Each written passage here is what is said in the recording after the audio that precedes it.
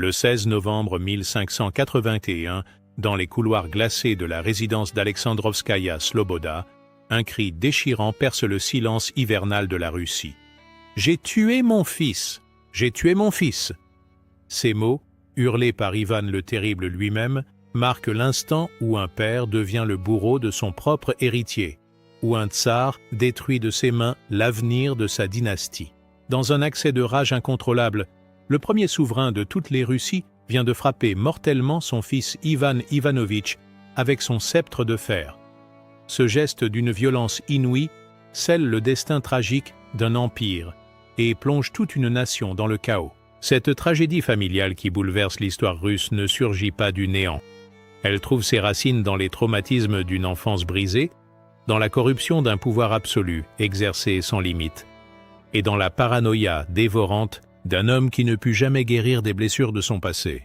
Pour comprendre comment un père en vient à tuer son fils de ses propres mains, il faut remonter aux origines de cette malédiction qui frappe la dynastie des Riourikides.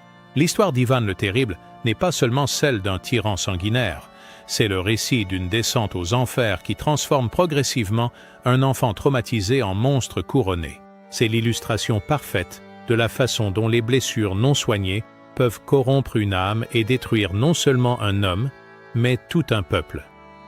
Cette tragédie shakespearienne nous révèle les dangers du pouvoir absolu exercé par un esprit malade et les conséquences terrifiantes qui en découlent lorsque la folie s'empare du trône. Ivan Vassilievitch naît le 25 août 1530 dans un palais déjà empoisonné par la violence et les complots. Son père, Vassili III, avait attendu cet héritier pendant des années, mais le destin ne lui laisse pas le temps de voir grandir son fils. Le souverain meurt le 4 décembre 1533, quand Ivan n'a que 3 ans, laissant derrière lui un enfant vulnérable dans un monde où la cruauté règne en maître. Sa mère, Hélène Glinskaya, prend les rênes du pouvoir avec une détermination féroce. Cette femme remarquable gouverne la Russie d'une main de fer, n'hésitant pas à éliminer tous ceux qui menacent l'autorité de son fils. Pour sécuriser le trône d'Ivan, elle fait emprisonner les oncles du jeune prince. Yuri, rival potentiel le plus dangereux, est arrêté une semaine après la mort de Vassili III et meurt de faim en prison le 3 août 1536. André subit le même sort, arrêté avec sa famille le 2 juin 1537 et mourant en captivité le 11 décembre suivant. Mais même cette mère protectrice ne peut échapper au poison de la cour. Le 3 avril 1538, Hélène Glinskaya s'effondre et meurt dans d'atroces souffrances, probablement empoisonnée par les boyards qui convoitent le pouvoir. Ivan, âgé de 8 ans seulement, vient de perdre son dernier, rempart contre la brutalité du monde adulte. Avec la mort de sa mère commence le calvaire du jeune Ivan. Le pouvoir se partage entre différentes factions de boyards. Les Chouïski, les Glinski, les Bielski, qui se disputent l'influence sur l'enfant royal. Ces familles aristocratiques transforment le palais en champ de bataille, utilisant le petit prince comme un pion dans leurs machinations politiques. L'enfant qui hier encore était vénéré et respecté se retrouve du jour au lendemain négligé, méprisé, parfois même affamé. Les boyards ne prennent même plus la peine de dissimuler leur mépris pour cet orphelin qui leur fait obstacle. Dans une lettre poignante qu'il écrira plus tard au prince André Kourbski, Ivan décrit cette période avec une amertume qui n'a pas d'âge. « On m'a élevé dans la honte et la misère, comme les enfants étrangers, comme les enfants des pauvres, ou la plus petite valetaille. On n'avait parfois pas de vêtements propres, tout était troué, vieux et sale. Parfois on avait faim, très faim. Cette humiliation constante forge le caractère du futur tsar. Ivan développe une crainte permanente d'être assassiné, une méfiance maladive envers tous ceux qui l'entourent. En 1572, devenu adulte, il confiera encore « On me persécute, on me chasse de mes terres, je suis perpétuellement et partout en danger. » Cette paranoïa, née dans l'enfance, ne le quittera jamais. Un épisode particulièrement traumatisant marque à jamais l'esprit du jeune Ivan. Sa nourrice, Agrafena Obolensky, était la seule personne au palais qui lui témoignait encore de l'affection véritable. Cette femme simple et dévouée représentait pour l'orphelin le dernier lien avec la tendresse maternelle. Mais les boyards, dans leur cruauté calculée, décident de briser ce dernier réconfort. Un jour, sous les yeux horrifiés d'Ivan qui pleure et hurle de désespoir, ils enlèvent Agrafena de force. La malheureuse est traînée hors du palais et enfermée dans un couvent lointain, condamnée à ne jamais revoir l'enfant qu'elle chérissait comme son propre fils. Ce spectacle de violence gratuite, cette destruction délibérée du dernier amour qui restait dans sa vie, produit un choc terrible sur Ivan. À 8 ans, il vient de comprendre que dans ce monde, même l'affection la plus pure peut être arrachée par la force. Privé d'amour et de stabilité, exposé quotidiennement à la violence et à la trahison, Ivan développe des comportements de plus en plus inquiétants. L'enfant adulé d'hier se transforme en petit être cruel qui effraie son entourage. Il commence à se complaire dans des jeux sanglants qui révèlent l'état de son âme torturée. Les chroniqueurs de l'époque rapportent avec horreur ses activités favorites. Ivan arrache les plumes des oiseaux captifs, leur crève les yeux, les éventre avec un couteau et observe attentivement leur phase d'agonie. Du haut des terrasses du palais, il précipite des petits chiens dans la cour d'allée et rit de les voir se briser les membres sur les dalles de pierre. Ces actes de cruauté précoce ne sont pas de simples caprices d'enfants. Ils révèlent un esprit déjà profondément perturbé par les traumatismes subis. Cette violence gratuite exercée sur des créatures sans défense préfigure les horreurs que commettra plus tard le tsar adulte. Dans ces tortures d'animaux, on devine déjà le futur bourreau de son peuple, l'homme qui fera massacrer des milliers d'innocents et finira par tuer son propre fils. Les boyards, dans leur aveuglement, ont créé un monstre qu'ils ne pourront plus contrôler. Dès cette période, certains traits problématiques de la personnalité d'Ivan se révèlent au grand jour. À partir de 1543, quand il n'a que 13 ans, il ordonne diverses exécutions et cherche délibérément à inspirer la peur autour de lui. Il comprend instinctivement que dans ce monde impitoyable, seule la terreur peut lui garantir le respect et la soumission. Un épisode particulièrement révélateur se produit le 3 septembre 1545. Ivan, âgé de 15 ans, fait trancher la langue d'une personne qui aurait prononcé une parole impolie en sa présence. Cette réaction disproportionnée montre que l'adolescent a déjà intégré les codes de violence qui régissent son univers. Pour lui, le moindre manque de respect doit être puni de la façon la plus brutale possible. Cette spirale de violence ne connaîtra un répit qu'avec le grand incendie de Moscou en 1547, événement qui marque, selon les chroniqueurs, une prise de conscience temporaire chez le jeune homme. Sa bonne éducation et sa piété profonde lui permettent alors de revêtir le rôle du bon tsar, respectueux de Dieu et du clergé. Mais cette façade de respectabilité ne fait que masquer les démons qui continuent de le ronger. Le 16 janvier 1547, dans la somptueuse cathédrale de la Dormition au Kremlin, Ivan Vassilievitch se fait sacré premier tsar de toute les Russies. À 17 ans, il devient le premier souverain russe à porter ce titre qui le place au-dessus des simples grands princes et revendique l'héritage prestigieux de l'Empire byzantin. Cette cérémonie grandiose marque officiellement la naissance de l'Empire russe et l'avènement d'un pouvoir absolu que le jeune homme compte bien exercer sans partage. Le titre de tsar, déformation du mot latin « César », n'est pas qu'une simple appellation. Il représente pour Ivan une investiture divine qui lui confère une autorité illimitée sur ses sujets. Dans son esprit tourmenté, ce couronnement efface symboliquement les humiliations de l'enfance et lui donne enfin les moyens de sa vengeance contre tous ceux qui l'ont fait souffrir. Le petit orphelin méprisé devient d'un coup le maître absolu de l'immense Russie. Pour lui, par le mariage de son grand-père Ivan III avec la princesse Zoé Paléologue, nièce du dernier empereur byzantin mort en défendant Constantinople, le tsarat de Moscou est devenu la troisième Rome. Après la chute de Constantinople en 1453, Moscou se considère comme l'héritière légitime de l'Empire romain d'Orient et la protectrice de la foi orthodoxe.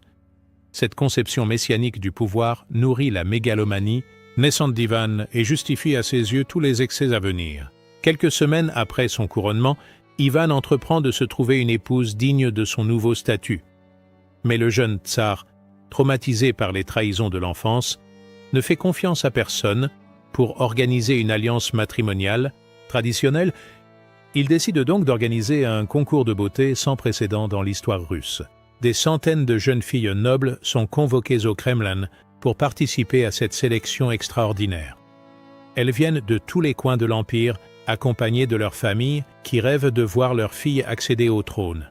Pendant des semaines, le palais bruisse d'intrigues et de compétitions acharnées entre les prétendantes et leurs protecteurs. Ivan examine personnellement chaque candidate, recherchant non seulement la beauté physique, mais aussi les qualités morales qui pourraient tempérer son caractère violent. Il sait instinctivement qu'il a besoin d'une épouse capable de l'apaiser, de canaliser ses instincts destructeurs, de lui apporter cette stabilité émotionnelle qui lui a toujours fait défaut. Parmi toutes ces prétendantes se trouve Anastasia Romanovna Zakharina, une jeune fille de 17 ans issue d'une famille de boyards fidèles au trône. Elle ne possède peut-être pas la beauté spectaculaire de certaines rivales, mais elle dégage quelque chose d'unique qui frappe immédiatement Ivan, une douceur naturelle, une intelligence lumineuse et une pureté d'âme qui contrastent violemment avec la corruption ambiante de la cour. Anastasia n'est pas grande, mais son charmant visage encadré de longs cheveux châtain clair rayonne d'une bonté authentique. Elle possède toutes les vertus que l'époque exige d'une future tsarine. Chasteté, modestie, piété, sensibilité et miséricorde. Mais au-delà de ces qualités conventionnelles, elle fait preuve d'une force de caractère et d'une sagesse remarquables qui séduisent Ivan bien plus que la simple beauté physique. Le choix du tsar se porte sur elle sans hésitation. Pour la première fois de sa vie, Ivan ressent quelque chose qui ressemble à de l'amour véritable, un sentiment qu'il croyait impossible après toutes les souffrances endurées. Cette jeune femme représente l'espoir de rédemption, la possibilité d'échapper enfin à la malédiction de solitude qui pèse sur lui depuis l'enfance. Le 3 février 1547, 3 semaines après le couronnement, Ivan épouse Anastasia dans la cathédrale de l'Annonciation du Kremlin. Cette cérémonie somptueuse marque le début de la période la plus heureuse de sa vie, 13 années d'un bonheur relatif, qui contraste violemment avec les horreurs de l'enfance et les atrocités à venir. Les frères d'Anastasia, Daniel et Nikita Romanov, préparent le lit nuptial selon la tradition et conduisent Ivan au bain rituel. Ces hommes intègres deviennent rapidement des compagnons de confiance du tsar, lui apportant enfin cette stabilité relationnelle qui lui avait toujours manqué. Pour la première fois depuis la mort de sa nourrice, Ivan côtoie des personnes en qui il peut avoir confiance. Anastasia gagne immédiatement l'amour du peuple en distribuant généreusement l'aumône aux mendiants et en intercédant en faveur des plus démunis. Sa piété ardente, bien différente de celle plus intellectuelle de son époux, touche les cœurs simples. Alors qu'Ivan, élevé dans l'orgueil du pouvoir, dialogue d'égal à égal avec les plus hauts prélats, Anastasia vit naturellement aux côtés de ses semblables et s'efforce de compatir à leurs souffrances. Anastasia accomplit ce que personne n'avait réussi avant elle, apprivoiser la bête qui sommeille en Ivan. Son influence modératrice sur le caractère volcanique de son époux devient rapidement évidente pour tous les observateurs de la cour. Sir Jerome Orsi, agent de la compagnie anglaise et diplomate, témoigne de cette transformation. Bien qu'il fût jeune et tumultueux, elle le gouvernait avec une affabilité et une sagesse admirables. Sous son influence bienveillante, Ivan prend des décisions qui auraient été impensables dans ces périodes de violence. Il annule des condamnations à mort, interdit les combats, d'ours contre des criminels qu'il affectionnait pourtant, modère les châtiments corporels et fait preuve d'une clémence inhabituelle envers ses opposants. Cette femme exceptionnelle parvient à réveiller ce qui restait d'humanité chez le jeune tsar. Elle lui donne 6 enfants, dont la plupart meurent en bas âge comme c'est fréquent à l'époque. Anna en 1548, décédée en 1550. Maria en 1550 et morte jeune. Dimitri en 1552, noyé accidentellement à 1 an. Ivan en 1554, Eudoxie en 1556, morte à 2 ans, et Fédor en 1557. Seuls les 2 garçons, Ivan et Fédor, survivront jusqu'à l'âge adulte, mais cette maternité difficile épuise progressivement la santé fragile d'Anastasia. Pendant cette période bénie, Ivan gouverne entouré d'un conseil choisi, composé d'hommes sages et compétents, le métropolite Macquarie, figure paternelle spirituelle qui remplace en partie le père perdu, le prêtre Sylvestre, conseiller éclairé, Alexei Adachev, administrateur talentueux, et peut-être le prince André. Kourovski, futur ennemi mais alors ami fidèle. Ces hommes intègres tempèrent les colères du tsar et l'orientent vers des réformes constructives. Le règne d'Ivan durant ces 13 années se distingue par des transformations importantes qui modernisent la Russie.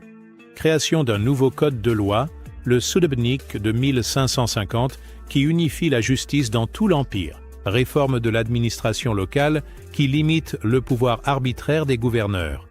Développement de l'instruction et création des premières écoles. Expansion territoriale avec la conquête brillante de Kazan en 1552 et d'Astrakhan en 1556, qui ouvre aux Russes les immenses territoires de la Sibérie. Ces victoires militaires redonnent à la Russie une fierté nationale et placent Ivan au rang des grands conquérants. La prise de Kazan, en particulier, après un siège héroïque, libère définitivement les Russes de la menace tatare qui pesait sur eux depuis des siècles. Pour commémorer cette victoire, Ivan fait construire la célèbre cathédrale Saint-Basile le Bienheureux sur la place Rouge, chef-d'œuvre architectural qui symbolise encore aujourd'hui la Russie dans le monde entier. Ces années représentent l'apogée du règne d'Ivan, la période où ses qualités exceptionnelles, intelligence, culture, vision politique, s'expriment pleinement sans être corrompus par la paranoïa. Anastasia, par sa seule présence, maintient son époux dans un équilibre précaire mais réel, prouvant que même les âmes les plus torturées peuvent trouver la paix dans l'amour véritable. L'été 1560 marque le tournant décisif dans la vie d'Ivan Lui, terrible et dans l'histoire de la Russie. Anastasia, épuisée par ses grossesses répétées et affaiblie par une maladie mystérieuse qui la consume lentement, commence à dépérir sous les yeux impuissants de son époux. Cette femme, qui avait su maintenir l'équilibre mental fragile du tsar pendant 13 années précieuses, sent ses forces l'abandonner. Durant le terrible incendie qui ravage Moscou cette année-là, Anastasia est prise de crises nerveuses effroyables qui la font délirer. Le spectacle des flammes qui dévorent, la capitale semble réveiller en elle des terreurs ancestrales. Ses cris de détresse résonnent dans tout le palais, tandis qu'Ivan, désemparé, fait tout ce qui est en son pouvoir pour la sauver. Sur ordre du tsar, la tsarine est transportée en urgence sur une civière jusqu'à la résidence de Kolomenskoï, loin des fumées toxiques et du chaos de la ville en feu. Mais ce déplacement précipité aggrave encore son état. Entourée des meilleurs médecins de l'Empire, soignée avec tous les remèdes connus de l'époque, Anastasia s'affaiblit dramatiquement jour après jour. Le 7 août 1560, au petit matin, Anastasia Romanovna rend son dernier souffle après une crise d'apoplexie qui la terrasse définitivement. Ivan, qui n'avait pas quitté son chevet depuis des semaines, pousse un hurlement de douleur qui glace tous ceux qui l'entendent. La douce et blanche colombe, qui avait apaisé ses démons, vient de s'envoler à jamais, emportant avec elle les derniers vestiges d'humanité du tsar.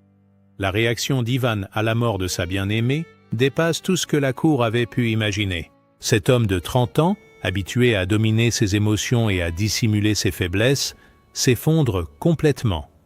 2 serviteurs robustes doivent soutenir sa grande carcasse pour lui permettre de marcher derrière le cortège funèbre jusqu'à la cathédrale de l'Archange Saint-Michel où repose désormais Anastasia. Pendant les premiers jours, Ivan semble sur le point de sombrer dans la folie. Il refuse de s'alimenter, ne dort plus et répète sans cesse des mots sans suite en fixant le vide de ses yeux rougis.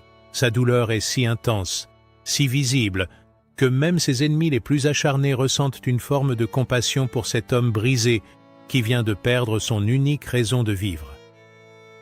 Mais cette phase de prostration ne dure pas. Rapidement, la douleur laisse place à une émotion autrement plus dangereuse, la suspicion. Ivan, incapable d'accepter que sa jeune épouse ait pu mourir de cause naturelle, commence à échafauder des théories de plus en plus paranoïaques. Anastasia a été empoisonnée, il en est convaincu. Les boyards, jaloux de l'influence de la famille Romanov, ont tué celle qu'il aimait pour affaiblir son pouvoir et reprendre le contrôle de l'État. Cette conviction, qui germe dans l'esprit dérangé d'Ivan, va progressivement empoisonner toute sa vision du monde. Désormais, il voit des complots partout, des traîtres dans chaque ombre, des empoisonneurs derrière chaque mort. Les analyses médico-légales menées à la fin du XXe siècle confirmeront pourtant ces soupçons. Les restes d'Anastasia révèlent effectivement des concentrations mortelles d'arsenic, de plomb et de mercure, bien au-delà de ce qu'auraient pu causer les cosmétiques de l'époque. Mais à l'époque, Ivan n'a que ses intuitions pour alimenter sa rage. Un verrou a sauté dans son cœur, écrivent les chroniqueurs en décrivant cette transformation radicale. L'homme qui s'était efforcé pendant 13 ans de gouverner avec une relative modération ne se sent plus tenu par aucune contrainte morale. Anastasia morte, il ne doit plus rendre de compte à personne, pas même à Dieu. Tous les démons de l'enfance, contenus tant bien que mal par l'amour conjugal, se déchaînent soudain avec une violence inouïe. Entre 1560 et janvier 1565, Ivan élimine méthodiquement la quasi-totalité de ses anciens conseillers du Conseil choisi. Le métropolite Macquarie meurt en 1563, officiellement de vieillesse, mais Ivan soupçonne un empoisonnement. Le prêtre Sylvestre est disgracié et enfermé dans un monastère lointain. Alexei Adachev est arrêté et meurt mystérieusement en prison. Le prince André Kourbsky, sentant le vent tourner, s'enfuit en Pologne et devient l'ennemi juré du tsar. En janvier 1565, Ivan franchit un pas décisif vers la tyrannie absolue en instaurant l'Oprichnina, système de terreur qui divise la Russie en deux parties distinctes. D'un côté, la Zemchtchina, terre normale, administrée selon les anciennes coutumes. De l'autre, l'Oprichnina, domaine et personnel du tsar où il règne en maître absolu avec ses propres lois, ses propres tribunaux et sa propre police. Cette division géographique n'est pas le fruit du hasard. Ivan choisit soigneusement les territoires qu'il s'approprie, les régions les plus riches, les voies commerciales stratégiques, les forteresses frontalières, les domaines des familles, nobles les plus influentes. L'Oprichnina devient un État dans l'État, échappant totalement au contrôle traditionnel des boyards et du clergé. Pour faire régner l'ordre dans son domaine, Ivan crée un corps d'élite terrifiant, les Oprichniki. Ces hommes, recrutés parmi les petits nobles avides de promotion sociale et les aventuriers sans scrupules, portent un uniforme noir de moine et chevauchent des chevaux noirs. À leur selle pendent une tête de chien et un balai, symbole parlant de leur mission, mordre les ennemis du tsar comme des chiens enragés et balayer la trahison de la surface de la terre. Ces cavaliers de l'Apocalypse sillonnent les routes de Russie, semant la terreur parmi les populations. Ils ont tous les droits. Confisquer les biens, arrêter les suspects, torturer les prisonniers, exécuter sans jugement. Leur simple apparition suffit à vider les villages et à faire fuir les voyageurs. L'Oprichnina devient synonyme de mort et de désolation. La répression organisée par Ivan atteint rapidement des proportions monstrueuses. Les boyards, accusés, en bloc d'avoir comploté contre Anastasia, sont exterminés par familles entières. Leurs terres sont confisquées, leurs domestiques torturés pour obtenir des aveux, leurs proches déportés dans les régions les plus hostiles de l'Empire. Cette révolution par le haut décapite littéralement l'ancienne aristocratie russe. En 1569-1570, soupçonnant la ville libre de Novgorod de vouloir passer sous contrôle polonais, Ivan organise le massacre le plus atroce de son règne. Avec une armée de 15 000 Oprichniki, il encercle la cité prospère et ordonne l'extermination systématique de sa population. Pendant 5 semaines, les tueurs du tsar massacrent hommes, femmes et enfants, sans distinction d'âge ni de conditions sociales. Les chroniques de l'époque, pourtant habituées à rapporter les violences de l'époque, peinent à décrire l'horreur de ces journées. Les victimes sont noyées dans les eaux glacées du fleuve Volkhov, brûlées vives dans leurs maisons, démembrées à coups de hache, empalées sur des pieux. Les Oprichniki rivalisent de cruauté, inventant chaque jour de nouveaux supplices pour satisfaire la soif de vengeance de leur maître. Le nombre exact des victimes reste débattu, mais les historiens s'accordent sur un bilan effroyable, entre 15 000 et 60 000 morts selon les sources, dans une ville qui ne comptait guère plus de 100 000 habitants. Novgorod, jadis rival de Moscou et symbole de liberté communale, ne se remettra jamais complètement de cette saignée. Son déclin marque la fin définitive des anciennes libertés russes face à l'autocratie moscovite. Incapable de supporter la solitude, Ivan se remarie dès l'année suivant la mort d'Anastasia. Mais aucune de ses épouses suivantes ne parvient à lui apporter la stabilité perdue. Maria Temryukovna, princesse tcherkesse d'une beauté exceptionnelle, qu'il épouse le 21 août 1561, ne peut égaler l'influence apaisante de sa prédécesseur. Cette deuxième union, qui devait réconcilier Ivan avec le bonheur, tourne rapidement au cauchemar. Maria ne donne qu'un fils au tsar, Vassili, qui meurt à l'âge d'1 mois en 1563. Cette nouvelle perte ravive la paranoïa d'Ivan qui voit dans cette mort précoce la preuve d'un nouveau complot. Les relations du couple se dégradent rapidement. Ivan fuit sa femme pour des orgies avec ses oprichniki, la délaisse ouvertement et finit par la traiter avec un mépris affiché. Maria Temryukovna meurt en 1569, officiellement de tuberculose, dans l'indifférence totale de son époux. Mais comme pour Anastasia, des rumeurs d'empoisonnement circulent immédiatement. Ivan, désormais persuadé que toutes ses épouses sont condamnées à mourir empoisonnées, organise des enquêtes sanglantes qui se soldent par de nouvelles exécutions. Sa troisième épouse, Marfa Sobakina, épousée le 28 octobre 1560 et on se bat tous les records de longévité conjugale.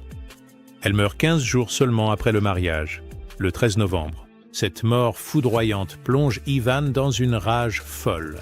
Convaincu que sa police secrète elle-même est infiltrée par ses ennemis, il fait exécuter 20 personnes, dont toute la famille de la défunte qu'il accuse de sorcellerie.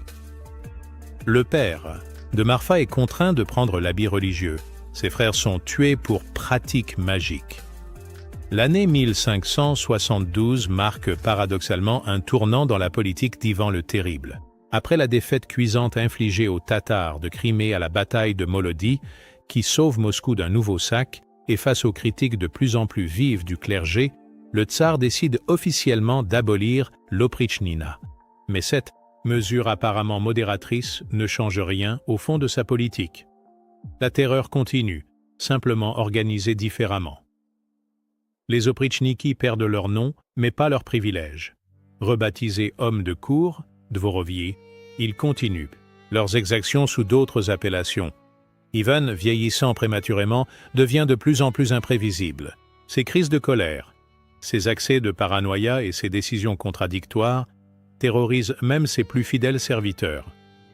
Le tsar développe une méthode systématique pour éliminer tous ceux qu'il soupçonne de déloyauté. Il fait surveiller les conversations privées, intercepter les correspondances, torturer les domestiques pour obtenir des informations sur leur maître. Personne n'échappe à sa suspicion maladive, ni les boyards qu'il accuse de comploter contre lui, ni les marchands qu'il soupçonne de détourner les revenus de l'État, ni même le clergé qu'il accuse de tiédeur dans son soutien au pouvoir royal. À mesure qu'Ivan vieillit, la question de sa succession devient obsessionnelle. Son fils aîné, Ivan Ivanovitch, né d'Anastasia en 1554, grandit pour devenir un homme capable et respecté. À 27 ans, en 1581, le tsarévitch s'est marié 3 fois, ses 2 premières épouses sont mortes dans des circonstances suspectes, et sa 3e femme, Elena Sheremetyeva, attend un enfant qui pourrait assurer la continuité dynastique. Mais cette perspective, qui devrait réjouir tout père, nourrit paradoxalement l'angoisse d'Ivan. Dans son esprit malade, l'héritier capable représente une menace potentielle. Il voit dans chaque initiative de son fils une tentative de complot, dans chaque marque de popularité du jeune homme une preuve de déloyauté. Cette rivalité fantasmée entre père et fils empoisonne progressivement leurs relations. Le tsarévitch Ivan, contrairement à son père, jouit d'une réputation de modération et de sagesse. Les boyards survivants voient en lui l'espoir d'un retour à un gouvernement plus équilibré après des décennies de terreur. Cette popularité naissante exaspère Ivan le Terrible, qui y décèle les signes d'une conspiration dirigée contre son autorité. Parallèlement à ses préoccupations dynastiques, Ivan continue sa quête désespérée d'une épouse qui pourrait remplacer Anastasia. Ses 4e, 5e et 6e mariages ne sont qu'une succession d'échecs qui alimentent sa paranoïa grandissante. Anna Koltovskaya, épousée le 29 avril 1572, ne trouve pas grâce à ses yeux. En 1575, le tsar l'envoie finir ses jours dans un couvent avec ces mots terribles « Tu as maigri et je n'aime pas les maigres ». Cette répudiation brutale illustre l'instabilité émotionnelle croissante du souverain, incapable de relations durables avec qui que ce soit. Ses liaisons suivantes avec Anna Vassilchikova en 1574, puis Vassilissa Melantieva en 1576 se soldent par des ruptures tout aussi violentes. Maria Dolgoroukai, épousée brièvement, disparaît si rapidement des chroniques que les historiens peinent à établir les circonstances exactes de cette union fantôme. Enfin, en 1580, Ivan épouse Maria Nagaïa, qui lui donne un dernier fils, Dimitri, en 1582. Mais même cette naissance tardive ne parvient pas à apaiser l'âme tourmentée du tsar vieillissant. Il soupçonne même sa dernière épouse de chercher à empoisonner ses fils légitimes pour faire de Dimitri l'unique héritier. Les années de violence et d'excès finissent par rattraper Ivan. À 50 ans, il ressemble à un vieillard, cheveux et barbe blanchis prématurément, corps voûté par les rhumatismes, mains tremblantes qui peinent à tenir fermement le sceptre royal. Les médecins de l'époque lui prescrivent du mercure en poudre pour soigner ce qu'il croit être la syphilis, ignorant que ce traitement empoisonne lentement son système nerveux. Cette intoxication progressive au mercure explique probablement l'aggravation de ses troubles mentaux. Ses crises de colère deviennent de plus en plus fréquentes et violentes, ses hallucinations plus vivaces, ses décisions plus erratiques. Il voit des ennemis partout, entend des voix qui lui parlent. La nuit se réveille en hurlant, persuadé qu'on veut l'assassiner. Les courtisans apprennent à reconnaître les signes avant-coureurs de ses accès de rage. Les yeux qui se fixent dans le vide, les mâchoires qui se contractent, les poings qui se serrent convulsivement autour de son bâton de fer. Quand ces symptômes apparaissent, tous s'éclipsent prudemment, sachant que le moindre mot, le moindre geste peuvent déclencher une explosion de violence meurtrière. Progressivement, Ivan s'enferme dans sa résidence d'Alexandrovskaya Sloboda, véritable forteresse où il se croit à l'abri de tous les complots qu'il imagine. Cette demeure, située à une centaine de kilomètres de Moscou, devient le centre névralgique d'un pouvoir de plus en plus coupé des réalités. Entouré uniquement de serviteurs terrifiés et d'oprichniki fanatisés, le tsar perd tout contact avec son peuple. Dans ce palais-prison, Ivan mène une existence de plus en plus déréglée. Il passe ses nuits à boire avec ses hommes de main, organise des orgies sacrilèges où les oprichniki parodient les offices religieux, torture personnellement les prisonniers amenés dans ses geôles. Cette vie dissolue accélère sa dégradation physique et mentale. Le jour, il se plonge dans la lecture obsessionnelle des Écritures, cherchant dans les textes sacrés la justification de ses crimes. Il se compare au roi d'Israël, se présente comme l'instrument de la colère divine chargée de châtier les pécheurs. Cette mystique délirante lui permet de justifier les pires atrocités comme autant d'œuvres pieds accomplis pour la plus grande gloire de Dieu. Même affaibli par l'âge et la maladie, Ivan n'a rien perdu de sa cruauté. En 1575, il fait étrangler le métropolite Philippe qui avait osé critiquer publiquement ses méthodes de gouvernement. Cet assassinat d'un haut dignitaire religieux provoque un scandale dans tout le monde orthodoxe, mais Ivan s'en moque éperdument. En 1579-1580, une nouvelle vague de répression frappe les derniers boyards qui avaient échappé aux purges précédentes. Des familles entières sont exterminées sur de simples soupçons, leurs biens confisqués, leurs noms rayés des registres officiels comme s'ils n'avaient jamais existé. Cette politique d'anéantissement systématique de l'ancienne noblesse vise à créer une nouvelle élite entièrement dévouée au pouvoir royal. Les exécutions publiques deviennent de plus en plus raffinées dans l'horreur. Ivan assiste personnellement au supplice, donnant des conseils aux bourreaux pour prolonger l'agonie des condamnés. Il fait construire des machines de torture perfectionnées, expérimente de nouveaux poisons, invente des châtiments inédits qui frappent d'épouvante même les observateurs étrangers habitués à la violence de leur époque. En cette fin d'automne 1581, l'atmosphère dans la résidence royale d'Alexandrovskaya Sloboda est plus lourde que jamais. Ivan le Terrible, âgé de 51 ans, vit reclus dans ce palais-forteresse avec son fils aîné, Ivan Ivanovitch et la famille de ce dernier. Le tsar vieillissant, rongé par la maladie et les excès, ressemble à un fantôme de lui-même. Maigre, voûté, les cheveux blanchis, les mains tremblantes, à cause de l'intoxication progressive au mercure. Le tsarevitch Ivan, à 27 ans, représente tout ce que son père n'est plus. Jeune, vigoureux, respecté par la noblesse et aimé du peuple. Cette popularité grandissante exaspère de plus en plus Ivan le Terrible, qui y voit les signes d'une conspiration ourdie contre son autorité. Dans son esprit malade, son propre fils devient progressivement un rival à éliminer plutôt qu'un héritier à protéger. Elena Tcheremetieva, la troisième épouse du tsarevitch, attend un enfant qui pourrait assurer la continuité de la dynastie. Cette grossesse devrait réjouir le tsar vieillissant, mais elle ne fait qu'aggraver sa paranoïa.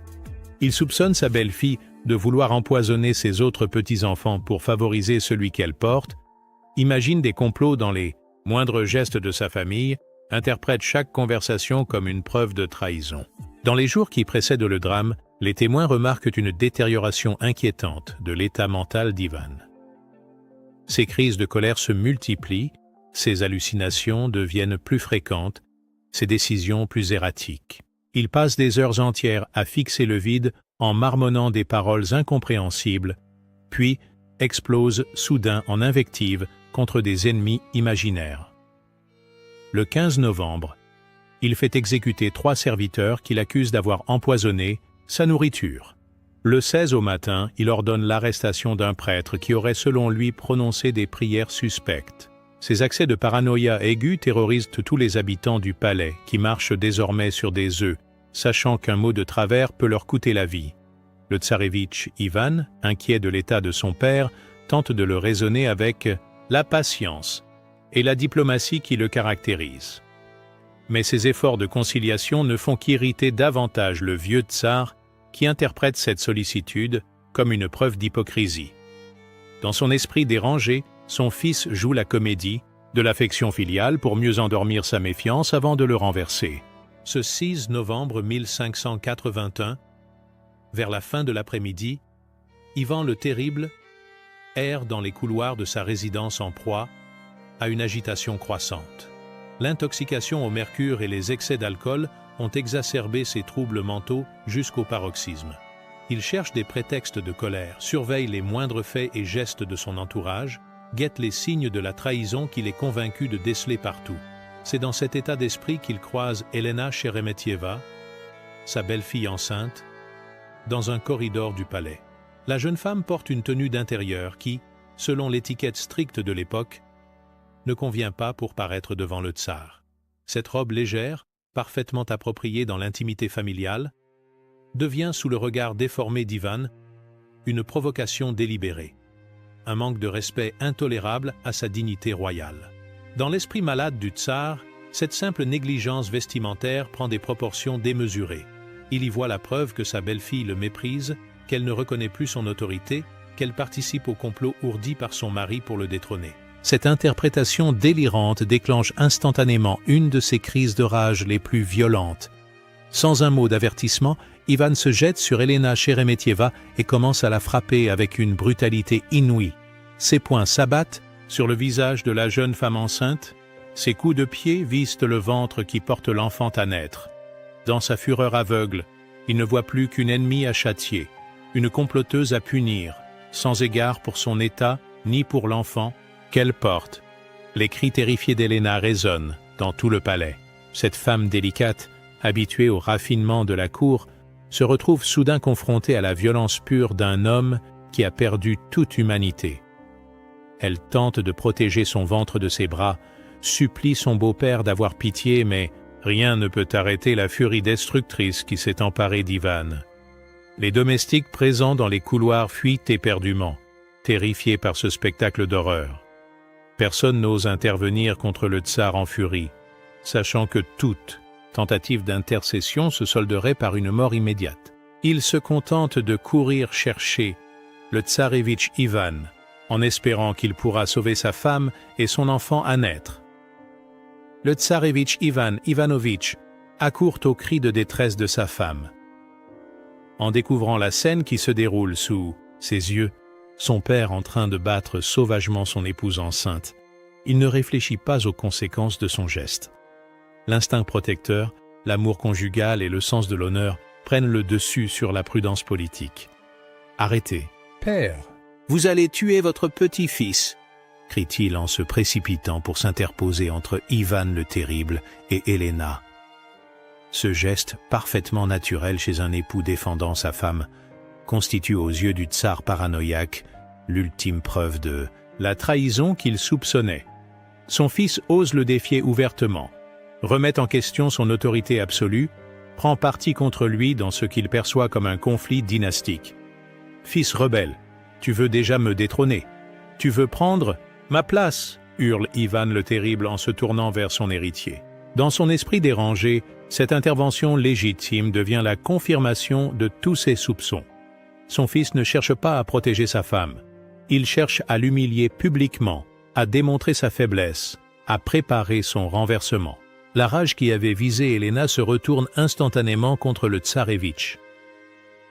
Ivan le Terrible saisit son long bâton de fer, ce sceptre orné de pointes métalliques qui symbolise son pouvoir absolu, et se rue sur son fils avec une violence décuplée par des années de frustration et de paranoïa. Le premier coup atteint Ivan Ivanovitch au visage avec une force terrible.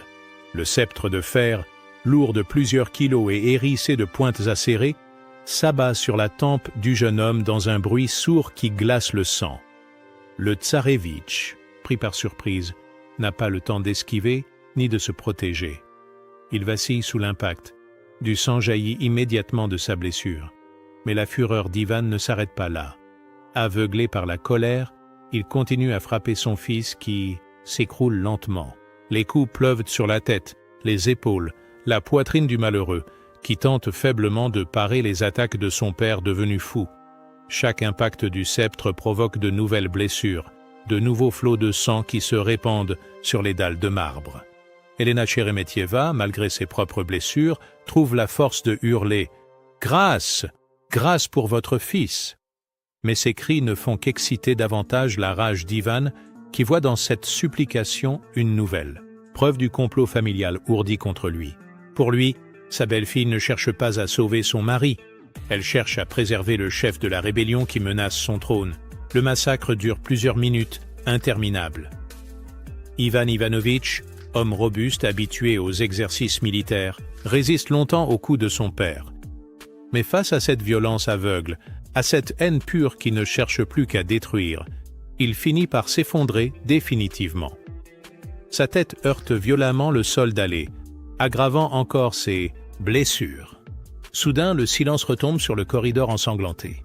Ivan le Terrible, épuisé par sa crise de violence, contemple le spectacle qui s'offre à ses yeux. Son fils gît dans une mare de sang qui s'élargit lentement, la tempe ouverte par une blessure béante d'où s'échappe un flot continu de vie. Le sceptre royal, symbole de l'autorité divine, pend mollement dans la main tremblante du tsar assassin. L'instant d'après, la réalité de son geste frappe Ivan comme un coup de tonnerre. L'homme qui vient de commettre l'irréparable réalise soudain qu'il n'a pas châtié un rebelle. Il a frappé son propre fils, son héritier légitime. Le sang de son sang. La paranoïa qui déformait sa perception s'évanouit d'un coup, laissant place à une lucidité terrifiante. « J'ai tué mon fils, j'ai tué mon fils !» Le cri qui s'échappe de sa gorge n'a plus rien d'humain. C'est le hurlement d'un animal, blessé à mort, le gémissement d'une âme qui vient de se damner à jamais. Ces mots résonnent dans tout le palais, glaçant d'effroi tous ceux qui les entendent. Même les opritchniki les plus endurcis, habitués à tous les spectacles d'horreur, se signent en comprenant l'ampleur de ce qui vient de se produire. Ivan se jette à genoux auprès de son fils et tente désespérément de contenir l'hémorragie qui s'échappe de sa tempe fracassée. Ses mains tremblantes souillée du sang de tant d'innocents, cherche maintenant à sauver celui qu'elles viennent de condamner. Il presse ses paumes contre la blessure béante, supplie son fils de lui pardonner, appelle les médecins à grands cris. « Mon fils, mon cher fils, pardonne-moi.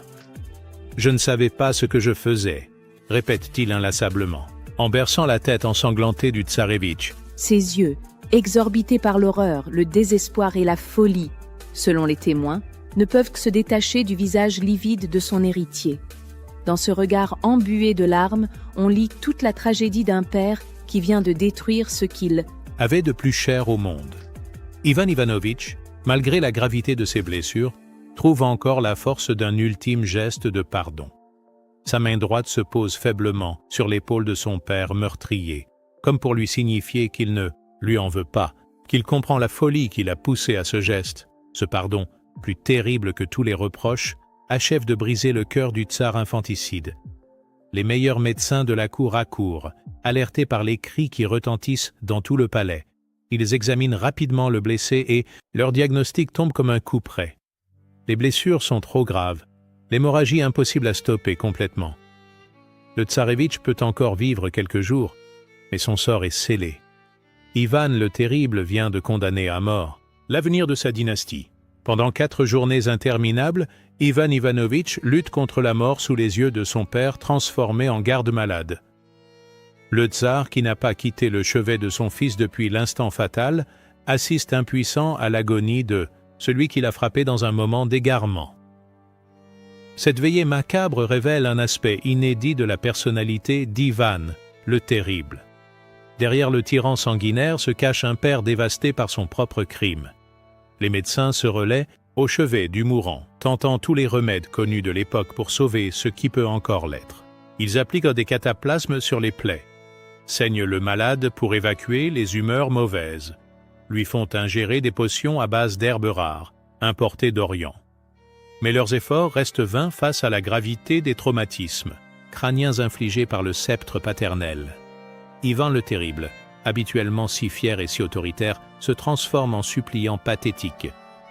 Il promet des fortunes au monastère si son fils guérit, fait dire des messes dans toutes les églises de l'Empire, ordonne la libération de prisonniers politiques pour s'attirer la clémence divine. Cette piété soudaine, chez un homme qui vient de commettre le plus contre-nature des crimes, révèle l'ampleur de son désespoir. Parfois, le tsarévitch reprend brièvement conscience et murmure quelques mots à son père. Ces instants de lucidité, où le mourant pardonne encore et encore à son bourreau, sont plus douloureux que les phases de coma. Ivan père réalise alors pleinement l'horreur de son geste. Il n'a pas tué un ennemi ou un traître, mais le meilleur de ses fils, celui qui ressemblait le plus à Anastasia par sa douceur et sa sagesse. Le 19 novembre 1581, au 4e jour de cette agonie, Ivan Ivanovitch rend son dernier souffle vers midi. Sa mort provoque un séisme dans tout l'Empire russe. Avec lui disparaît non seulement l'héritier, légitime du trône, mais aussi l'espoir d'un retour à un gouvernement plus modéré après des décennies de terreur. La nouvelle se répand comme une traînée de poudre dans tout le palais, puis dans Moscou, puis dans toute la Russie. Partout, c'est la stupéfaction et l'effroi. Comment un père a-t-il pu tuer son propre fils ? Comment le tsar, censé protéger sa dynastie, a-t-il pu la détruire de ses propres mains ? Cette transgression de l'ordre naturel bouleverse une société où l'autorité paternelle est sacrée. Ivan le Terrible, après avoir fermé les yeux de son fils, sombre dans une prostration qui inquiète son entourage. Pendant plusieurs jours, il refuse de s'alimenter, ne prononce plus un mot, reste prostré dans sa chambre en fixant le vide. Ceux qui l'approchent décrivent un homme vieilli de 10 ans en quelques heures, ratatiné par le remords et la culpabilité. Progressivement cependant, le tsar reprend ses esprits et organise les funérailles de son fils. Ces obsèques somptueuses, où il joue le rôle du père épouvanté mais innocent, révèlent encore une facette troublante de sa personnalité, sa capacité à se persuader qu'il n'est pas responsable de ses propres crimes. Dans les chroniques officielles, la mort du tsarévitch sera attribuée à une maladie soudaine. Avec la mort d'Ivan Ivanovitch, c'est tout l'avenir de la dynastie Srai. des Riurikides qui s'écroulent. Le second fils d'Ivan le Terrible, Fédor, âgé de 24 ans, souffre d'un retard mental qui le rend totalement inapte à gouverner. Cet homme débonnaire et pieux, obsédé par les sonneries de cloches et les cérémonies religieuses, ne possède aucune des qualités nécessaires pour diriger un empire aussi vaste et complexe que la Russie. Le troisième fils, Dimitri, né en 1582 de Maria Nagaïa, n'est encore qu'un nourrisson dont la légitimité est contestée par de nombreux boyards. De plus, Ivan le Terrible avait déjà contracté 3 mariages canoniques avant d'épouser Maria, ce qui rend cette union et sa descendance illégitimes aux yeux de l'Église orthodoxe. Cette crise successorale ouvre la voie au temps des troubles qui déchireront la Russie pendant plus de 20 ans après la mort d'Ivan. Les boyards survivants, les nobles polonais, les aventuriers de tous bords vont se disputer le trône vacant, plongeant le pays dans une anarchie sanglante qui ne prendra fin qu'avec l'élection de Michel Romanov en 1613. Ironiquement, c'est la famille d'Anastasia, les Romanov, qui finira par s'emparer du pouvoir et fonder la dynastie qui régnera sur la Russie jusqu'en 1917. Cette revanche posthume de la première épouse d'Ivan sur son mari, infanticide, ne manque pas de saveur historique. Après la mort de son fils, Ivan le Terrible n'est plus que l'ombre de lui-même. Cet homme qui terrorisait son empire par ses colères et ses violences devient soudain un vieillard voûté, aux cheveux blanchis, aux mains tremblantes. Il ne porte plus que des vêtements noirs, distribue ses richesses aux pauvres et passe le plus clair de son temps en prière et en mortification. Cette piété soudaine chez un homme qui vient de commettre l'un des plus grands crimes de l'histoire impressionne son entourage. Ivan multiplie les pèlerinages dans les monastères, les dons aux œuvres charitables, les actes de contrition publique. Il fait même rédiger un obituaire, où il liste tous ceux qu'il a fait exécuter pendant son règne pour que des messes soient dites à leur intention. Mais cette repentance apparente ne change rien au fond de sa nature. Ces crises de violence, bien que moins fréquentes, continuent de terroriser son entourage. En 1582, il fait encore exécuter plusieurs boyards qu'il soupçonne de comploter contre lui. Sa paranoïa, loin de diminuer, se reporte sur de nouveaux objets. Il craint maintenant qu'on ne cherche à empoisonner son fils Fédor ou le petit Dimitri. Les 2 années qui séparent la mort d'Ivan Ivanovitch de celle de son père voient un empire russe à l'agonie. La guerre de Livonie, qui dure depuis 25 ans, saigne le pays à blanc sans apporter de victoire décisive. Les finances publiques sont exsangues, l'agriculture ruinée par les levées d'hommes incessantes, le commerce paralysé par l'insécurité chronique. Ivan tente bien de prendre quelques mesures pour redresser la situation. Il rappelle certains exilés, restitue des terres confisquées, assouplit les rigueurs de l'Oprichnina. Mais ces réformes tardives ne peuvent réparer les dégâts de 20 années de terreur systématique. La noblesse traditionnelle a été décimée, remplacée par des parvenus sans scrupules. Le peuple, épuisé par les massacres et les famines, a perdu toute confiance en ses dirigeants. L'isolement international de la Russie s'aggrave encore après la mort du tsarévitch. Les cours européennes, déjà méfiantes vis-à-vis d'Ivan le Terrible, considèrent désormais qu'il n'y a plus rien à attendre de ce pays dirigé par un fou. Les négociations diplomatiques s'enlisent, les alliances se défont. La Russie se retrouve seule face à ses ennemis.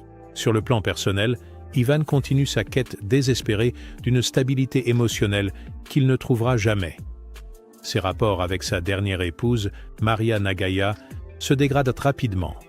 Il la soupçonne de vouloir empoisonner Fédor pour faire de Dimitri l'unique héritier, l'accuse de correspondre secrètement avec des boyards hostiles, lui reproche son influence grandissante sur les affaires de l'État.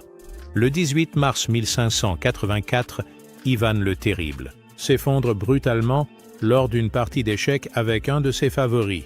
Les témoins décrivent une mort rapide, précédée de quelques convulsions. Officiellement, le tsar succombe à une attaque d'apoplexie, mais les circonstances exactes de sa disparition restent mystérieuses.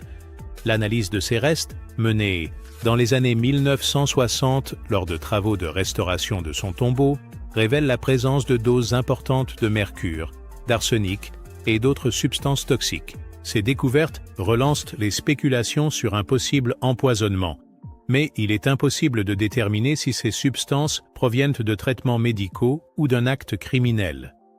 Sa mort provoque un soulagement général dans tout l'Empire. Après 51 ans de règne, dont les 24 dernières années furent marquées par une terreur systématique, la Russie peut enfin espérer retrouver la paix. Mais l'héritage d'Ivan est si lourd que le pays mettra des décennies à s'en remettre. Fédor Ier monte sur le trône sous la régence de Boris Godunov, beau-frère du nouveau tsar et dernier survivant de l'entourage d'Ivan. Cet homme intelligent mais sans scrupules va tenter de gouverner à la place de l'incapable Fédor, mais il ne parviendra jamais à effacer complètement les traces de la tyrannie précédente. La mort du tsarévitch, Ivan Ivanovitch, par la main de son propre père, marque un traumatisme profond dans l'âme russe. Ce fratricide dynastique, qui brise tous les tabous de l'époque, révèle jusqu'où peut mener la corruption du pouvoir absolu. Pour la première fois dans l'histoire russe, un souverain a osé lever la main sur son propre héritier, transgressant l'ordre naturel et divin qui régit la société. Cette transgression fondamentale ébranle les bases mêmes de l'autocratie russe. Comment le peuple peut-il respecter un tsar qui ne respecte même pas ses propres enfants? Comment l'Église peut-elle soutenir un souverain qui commet le plus contre-nature des crimes? Ces questions empoisonnent les consciences et préparent les crises politiques futures. L'infanticide d'Ivan devient rapidement un mythe, déformé et amplifié par la tradition orale. Dans les campagnes russes, les paysans racontent l'histoire de ce roi maudit qui tua son fils dans un accès de folie meurtrière.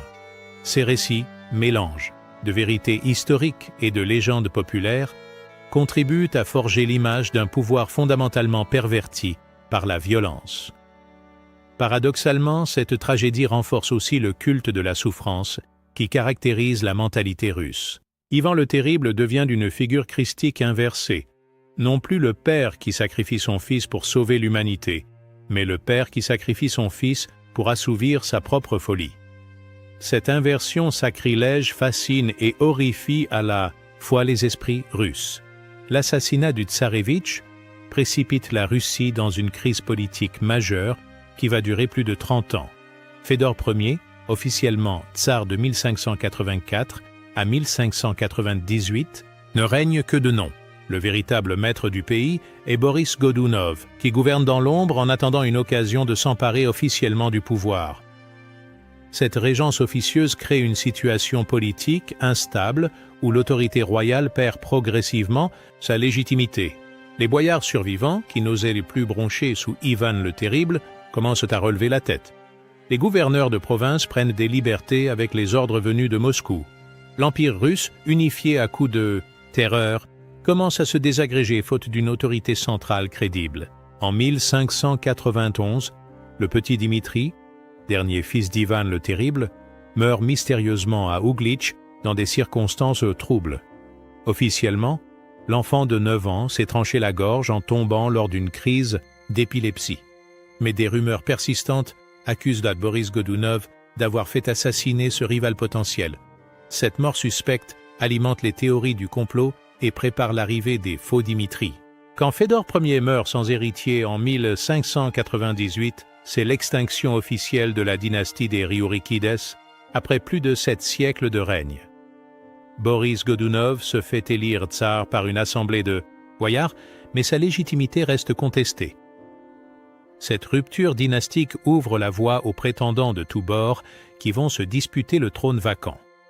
La période qui suit la mort de Boris Godunov en 1605 illustre parfaitement les conséquences à long terme de la tyrannie d'Ivan le Terrible. L'apparition successive de plusieurs faux Dimitri, aventuriers se faisant passer pour le fils miraculeusement sauvé d'Ivan, révèle l'ampleur du chaos politique engendré par l'infanticide de 1581. Ces imposteurs, soutenus tour à tour par la Pologne, la petite noblesse russe ou les Cosaques révoltés, parviennent temporairement à s'emparer du pouvoir moscovite. Leur succès prouve que l'autorité royale, minée par les crimes d'Ivan, n'inspire plus ni respect ni crainte. Un simple moine défroqué comme Grishka Otrépiev peut se transformer en tsar sous le nom de Dimitri Ier et gouverner la Russie pendant 11 mois. Cette anarchie politique s'accompagne d'une décomposition sociale généralisée. Les armées étrangères, polonaises, suédoises, lituaniennes, envahissent le territoire russe et occupent les principales villes. Les bandes de brigands pullulent sur les routes, pillant et massacrant sans distinction. Les famines se succèdent, aggravées par les destructions de guerre et l'effondrement du commerce. L'Église orthodoxe elle-même, pilier traditionnel de l'autocratie russe, traverse une crise profonde. Les patriarches se succèdent au gré des révolutions de palais, perdant toute autorité morale. Certains prélats soutiennent les faux tsars, d'autres appellent à la résistance, d'autres encore tentent de négocier avec les envahisseurs catholiques. Cette division du clergé achève de ruiner les bases spirituelles du pouvoir. Il faut attendre 1613 et l'élection de Michel Romanov pour que la Russie retrouve une stabilité relative. Ce choix n'est pas le fruit du hasard.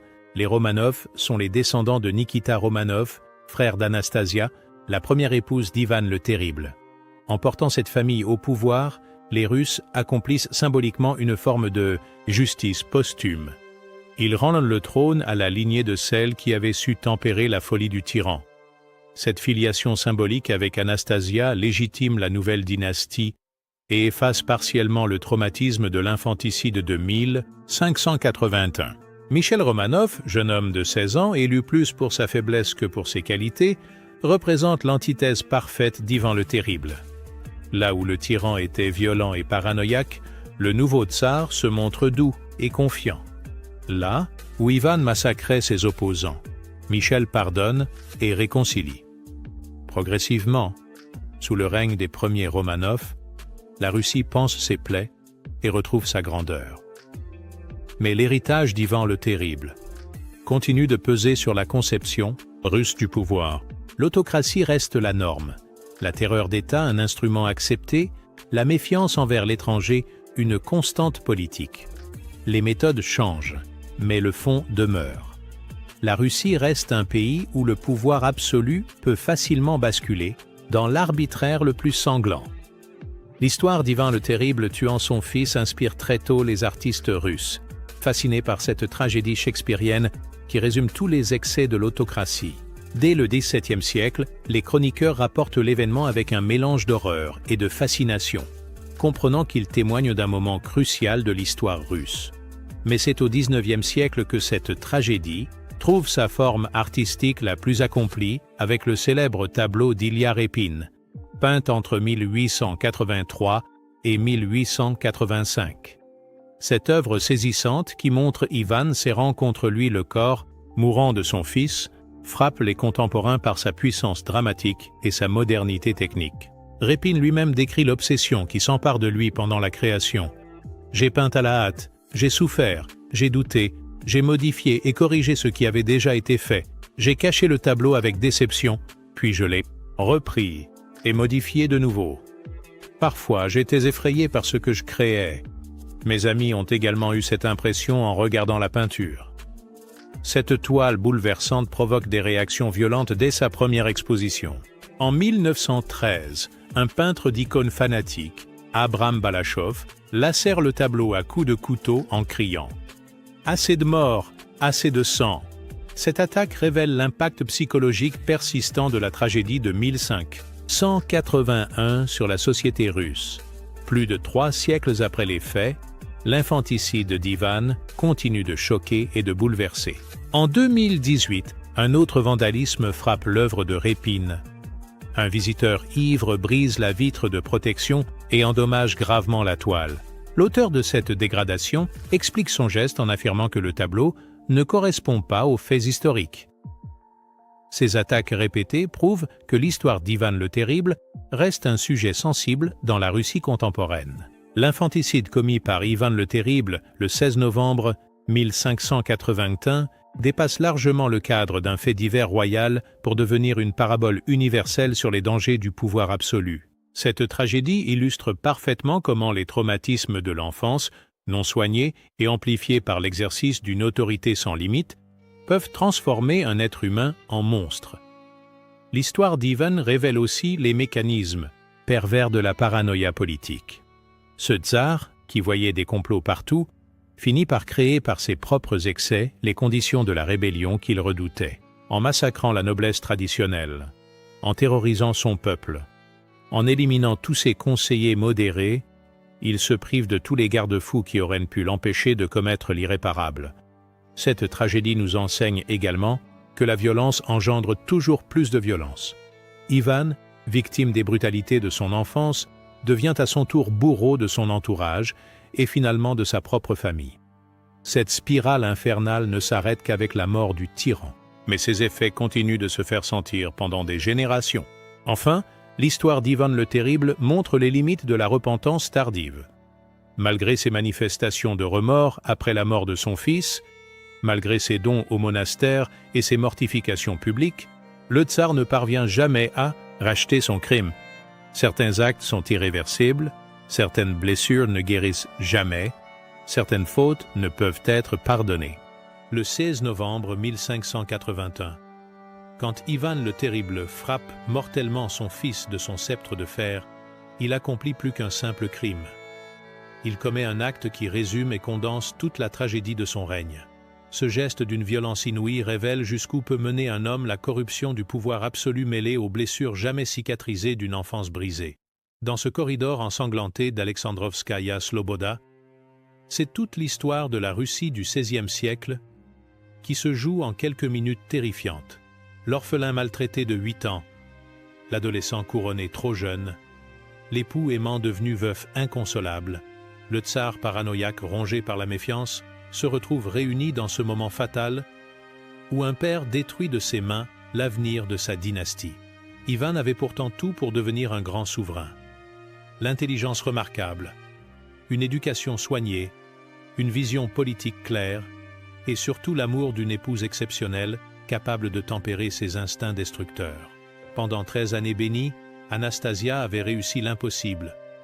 Transformer le petit tyran cruel en monarque respecté, canaliser sa violence vers des réformes constructives, lui donner cette stabilité émotionnelle qui lui avait toujours manqué. Mais la mort d'Anastasia en 1560 brise cet équilibre fragile et libère tous les démons contenus depuis l'enfance.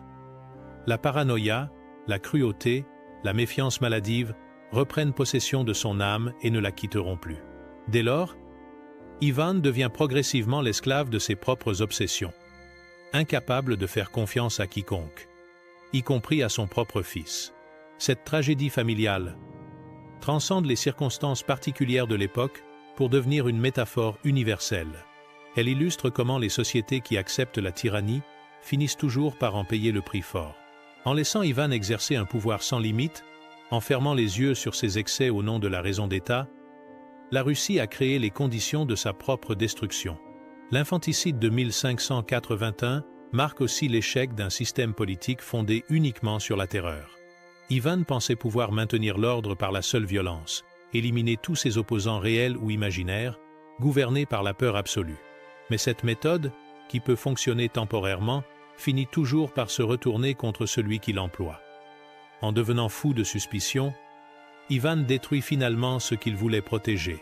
Le cri déchirant du tsar « J'ai tué mon fils » résonne encore aujourd'hui comme l'aveu d'un échec total.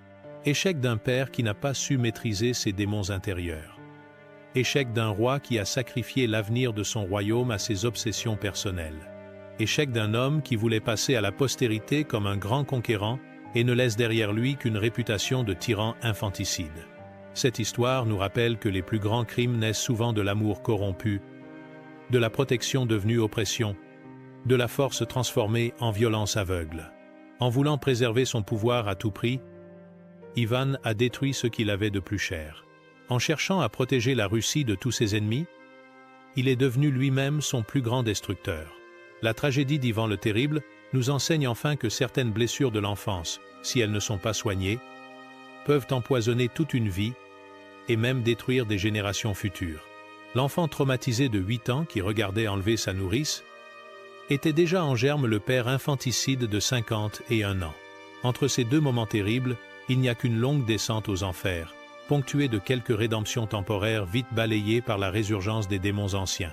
Cette leçon reste d'une actualité brûlante dans notre monde contemporain. où tant de dirigeants exercent encore un pouvoir sans limite, et où tant d'enfants grandissent dans la violence et l'abandon.